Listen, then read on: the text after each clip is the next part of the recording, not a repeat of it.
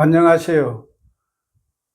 부처님께서는 깨달음을 이루신 후 최초의 법문인 초전법륜경에서 사성제와 팔정도를 설하시자 다섯 비구는 모두 수다원가 즉 성자의 첫 단계에 들었습니다.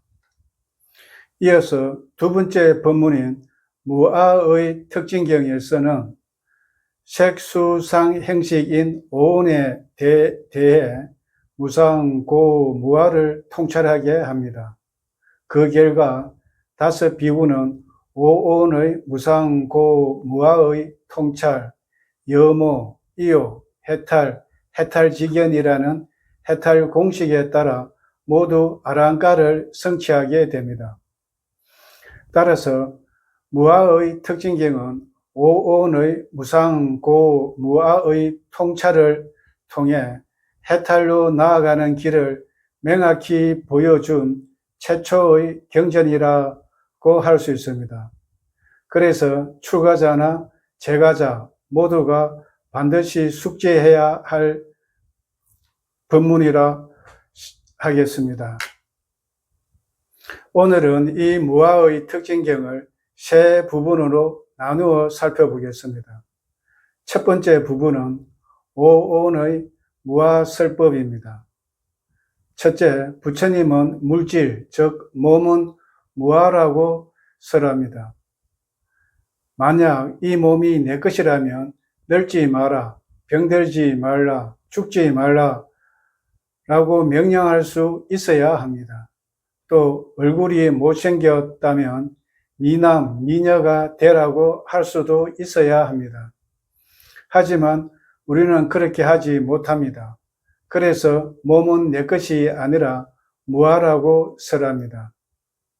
둘째, 느낌도 무아라고 설합니다. 만약 느낌이 내 것이라면 즐거운 느낌만 일어나고 괴로운 느낌은 일어나지 말라고 명령할 수 있어야 합니다. 그러나 우리는 느낌을 내 마음대로 할 수 없습니다. 그래서 느낌도 무아라고 설하고 있습니다. 셋째, 상, 즉 인식과 기억과 생각 등도 무아라고 설합니다. 만약 인식, 즉 기억과 생각이 내 것이라면 우울하고 괴로운 기억은 떠오르지 말라, 불안한 생각은 생기지도 말라고 할 수 있어야 합니다. 그러나 내 마음대로 그렇게 하지 못합니다. 그래서 인식, 즉 기억도 생각도 무아라고 설하고 있습니다. 넷째, 행, 즉 의도와 의지 등도 무아라고 설합니다. 만약 의도와 의지 등이 내 것이라면 내가 의도한 대로, 내가 계획한 대로 이루어져야 합니다. 그러나 내 마음대로 내가 통제하는 대로 이루어지지 않음을 우리는 경험합니다. 그래서 행, 즉 의도, 의지 등도 무아라고 설합니다. 다섯째, 식, 즉 마음 역시 무아라고 설합니다. 만약 의식, 즉 마음이 내 것이라면 항상 선하고 밝게 웃음을 주는 마음이 되라고 하면 그렇게 되어야 합니다. 그러나 욕심과 분노와 어리석음이 나도 모르게 스스로 올라옵니다. 그래서 의식, 즉 마음도 무아라고 설하고 있습니다. 여기서 주목할 점은 부처님이 나라고 여기는 몸과 마음의 안팎에 진화, 주인공, 영혼 등 고정된 실체는 있을 수 없고 오직 무아를 명확하게 밝히고 있다는 점입니다. 두 번째 부분은 오온의 무상고무아 설법입니다.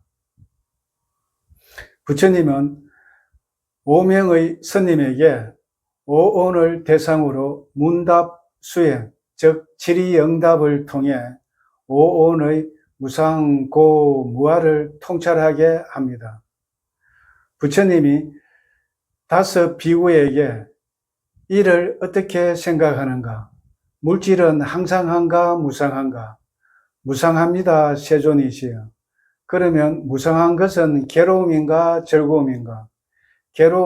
괴로움입니다. 세존이시여. 그러면 무상하고 괴로움이고 변하기 마련인 것을 두고 이것은 내 것이다. 이것은 나다. 이것은 나의 자아다라고 관찰을 하는 것이 타당하겠는가? 그렇지 않습니다. 세존이시여. 이와 같은 문답은 느낌, 인식, 의도 등 심리현상들, 의식에 대해서도 똑같이 이어집니다. 즉, 색, 수, 상, 행식, 즉 오온 모두가 무상고무아라는 것입니다. 오온, 즉 몸과 마음이 왜 무상고무아인지 이해가 되십니까? 이론적으로나마 이해를 해야 할 것입니다. 다시 한 번 더 설명드리겠습니다. 몸과 마음인 오온은 형성된 것, 연기된 것, 즉 조건 따라 생겨난 것이기 때문에 반드시 변해서 사라집니다. 그래서 무상하다고 합니다. 그리고 생겨난 것은 반드시 사라지니까 행복도 변하고 꽃도 피면 지고 태어나면 반드시 죽듯이 조건 지어진 모든 현상은 생멸하니까 무상한 것은 괴로움이라고 합니다. 예를 들어 가족, 재산, 명예, 죽음 등 무상한 것에 집착하면 할수록 괴로움은 더 크게 따라온다는 것입니다. 그리고 무상하고 괴롭다는 것은 내 마음대로 안 된다는 의미가 되겠죠. 즉, 내 마음대로 되지 않으니 무아라고 합니다.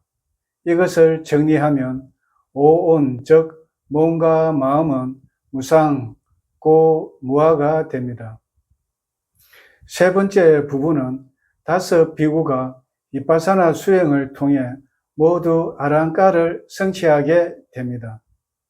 부처님께서는 5 비구에게 비파사나 수행을 통해 오온의 무상고무아를 체득하게 합니다. 비파사나는 몸과 마음에서 일어나는 모든 현상을 있는 그대로 관찰하는 것입니다.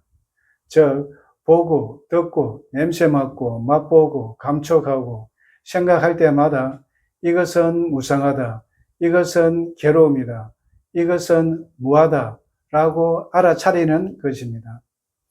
이렇게 통찰이 깊어지면 오온에 대한 염오의 지혜가 일어납니다. 염오는 단순히 싫어하고 혐오한다는 뜻이 아니라 오온은 위험하고 매력도 없고 집착할 만한 가치가 없다는 지혜입니다.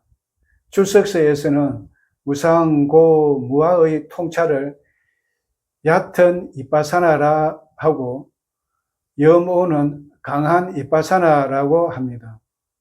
이렇게 염오의 지혜가 일어나면 자연스럽게 탐욕이 사라지고 탐욕이 사라지면 곧 해탈에 이릅니다.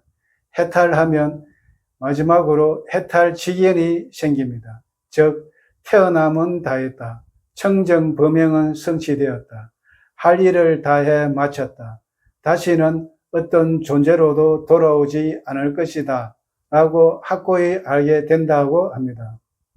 이처럼 5 비구는 오온의 무상고, 무아, 염오, 이욕, 해탈직연이라는 5 단계의 해탈 공식에 따라 모두 아랑가를 성취하게 됩니다. 이상 정리하자면 무아의 특징경은 불교 역사에서 최초로 5 비구를 아라한으로 만든 가장 중요한 법문입니다. 이 법문을 토대로 일상에서 실천할 수 있는 문답 수행을 그대로 적용해 보겠습니다. 예를 들어 몸이 병들 때 이 몸과 병은 항상한가 무상한가? 무상하다. 무상한 것은 괴로움인가 즐거움인가? 괴로움이다. 그러면 무상하고 괴로운 것을 내 것이라고 할 수 있는가? 그렇지 않다. 기뻐하거나 칭찬받을 때 이 기쁨과 칭찬은 항상한가 무상한가? 무상하다. 무상한 것은 괴로움인가 즐거움인가? 괴로움이다. 그러면 무상하고 괴로운 것을 내 것이라고 할 수 있는가? 그렇지 않다. 그 다음 비난받거나 욕을 들을 때 이 비난과 욕은 항상한가 무상한가? 무상하다. 무상한 것은 괴로움인가 즐거움인가? 괴로움이다. 그러면 무상하고 괴로운 것을 내 것이라고 할 수 있는가? 그렇지 않다. 마지막으로 우울하거나 불안할 때 이 우울과 불안은 항상한가 무상한가? 무상하다. 무상한 것은 괴로움인가 즐거움인가? 괴로움이다. 그러면 무상하고 괴로운 것을 내 것이라고 할 수 있는가? 그렇지 않다.